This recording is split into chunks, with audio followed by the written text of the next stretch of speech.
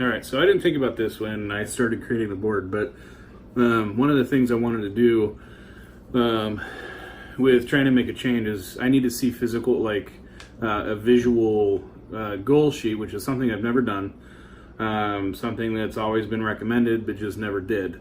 So today I went and bought whiteboard. So this is going to be my goal board. I've got over here my starting weight, which by the way isn't what I thought it was. I realized after I gave you guys that weight, I remember being at the doctor's, I had all my clothes on, I was wearing cargo jeans, I had, shoes on, all my crap in my pocket, shit like that. So I weighed myself, and so I'm at 369.60. So technically that's not my highest weight. My highest weight unclothed was 374. So either way, it's still really high, something I still want to change. So this is where we start. So what I'm doing is I'm going to make a milestone table thing here on the thing. So I've also realized that my first goal at 50 pounds lost, to be that my goal, I need to start small and then start bigger goals after that. So I'm going to start with my first goal being 10 pounds. Easy goal, right? I'm going to draw the table up here, and then we'll go from there. Welcome back. All right, so I've got most of this filled out. So starting weight, half, which is 297 pounds, 50%. Got it all kind of squiggly around it a little bit to make it look pretty. And then my end goal, 225. Made it all pretty around the outside, because get down to 225 pounds. I'm gonna be, anyway. So then I made this, what do you want to call it? Graph, whatever. Anyway, 0 pounds. First set goal is 10 pounds. I set 10 pounds, like I said I was going to, because I think if I try to set my very first goal at 50 pounds, I just don't think I'll stick with it, because that's something that it's taken, like my buddy David, 3 months to lose 50 pounds going this route. So that's why I'm not setting it. I'm going to start with 10, and then it's 20-pound increments all the way down to the end. Except for the setter, we're at 22 pounds. So because I wanted it 50% to be 50%. So yeah, I'm excited. What's nice is the very last, because I was doing 20-pound increments, the very last one is only 12 pounds. So if I push really hard, that last little gap, it'll be awesome. I'll be excited, and I'm stoked, and I can't wait. So anyways, I got that filled out. I think I haven't decided what I'm going to do on the bottom portion of this yet. I think there's going to be some other goals that I'm going to set as far as making sure that I'm eating, meal prepping, reminders. I don't know yet.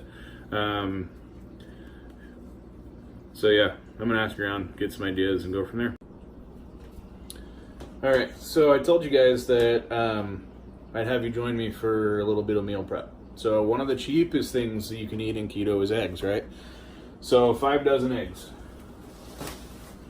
5 dozen eggs. Get it from Winco, Walmart. I mean, most of those places carry the big packs.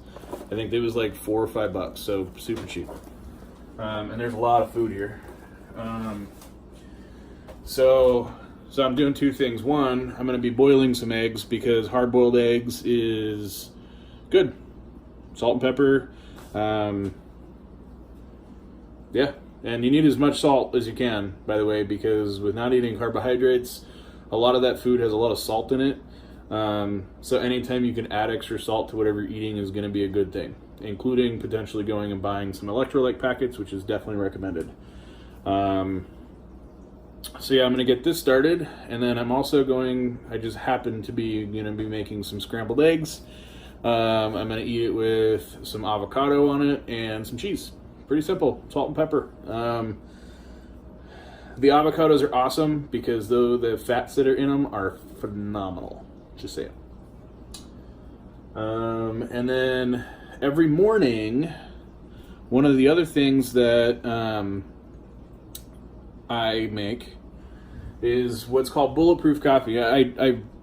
I stray from the traditional bulletproof keto coffee recipe just a little bit. Sorry, I thought somebody was at my door. So what I do is I've got an espresso machine, and I'd rather drink espresso than drip coffee. So I make a quad shot bullet coffee. And so what that actually ends up being is 4 shots of espresso, 2 tablespoons of coconut oil, and a tablespoon of butter. And then I use a sweetener substitute because one, they don't have any carbs in them. It's also fiber. I mean, I think it has carbs. So this is Splenda. And it's got 2 grams of carbs and 1 fiber. So it's 1 carb per packet. And then the other one that I've also tried is the stevia sweetener. The problem with the stevia is it's not, it doesn't have the fiber in it. So this is 2 grams of carbs. So I've been using this over this. Now you do also have to be careful to not use too much, even though you can technically, like for me, my macro on my carbohydrates are 25 carbs per day. But if you eat too many carbs at one time, I'm finding you can actually kick yourself out of ketosis and you have to start this whole process over again. So I stick with this over this, just because 1 carb, 2 carbs. You don't have to use sweetener. If you like your coffee black, fine, no biggie. But I like a little bit of sweetener, just it takes the little bit of the edge off the bitterness, because I do love coffee. So I don't need a ton. I use, I think, one packet when I make my coffee. But other than that, that's it for right now. On a follow-up, I'm sure everybody knows how to boil eggs, but just on the off chance you don't, or you can't use Google, just saying. I put the eggs, I fill the bottom of the pan, or pot in this case, up. I fill it up, you guys can kind of see it at the bottom with eggs, so they're all touching each other so they don't move around much. And then I put just enough water to cover the eggs. And that way they don't move around too much, because if they move around too much, then the eggs break, and then they really don't last as long after they've been boiled. Or you end up with a mess and the eggs crack and fall apart, and it's just not fun. Or they don't crack well when you try to remove the shell. So what I do is I turn the pan on, get the water boiling, and then I'll turn it down to a simmer for 10 minutes once the water's boiling. And then after 10 minutes, I shut it off and I just let them sit and cool. And then I throw them in the fridge. Pretty simple. Now for lunch, I'm gonna make 4 scrambled eggs, half of an avocado, and a quarter or half a cup of cheese. About that. That also reminds me, so going back to, again, my buddy David, and actually originally recommended by my buddy Doug, there's an app. It's called Senza, and it's actually specifically built for the ketogenic diet, which is really cool. I'll show some screenshots at some point. It's really cool. So it's something I highly recommend, because you can track all your food, you can put in your recipes, you can save your recipes. They've got tons of recipes on there, and you can have friends on there. And so they can see what you're eating, you can see what they're eating, they can check your progress, you can check their progress. So if you have a friend or a buddy that wants to do this with you, it's a really cool way to see what they're actually eating and maintaining their macros.